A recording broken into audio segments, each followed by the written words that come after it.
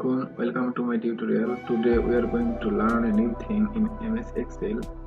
From the data tab we use the data validation option today, and you can see an example here.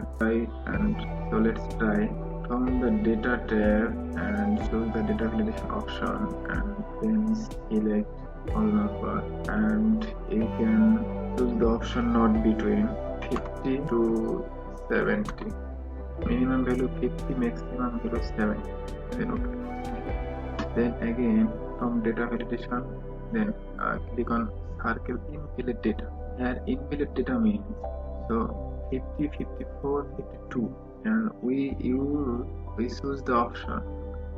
Here you can see that not between 50 to 70, but result is showing 50 to 70, right? Our condition is not between 50 to 70, but result showing 50 to 70 because here we see the result of invalid data. So the result is showing opposite to our condition.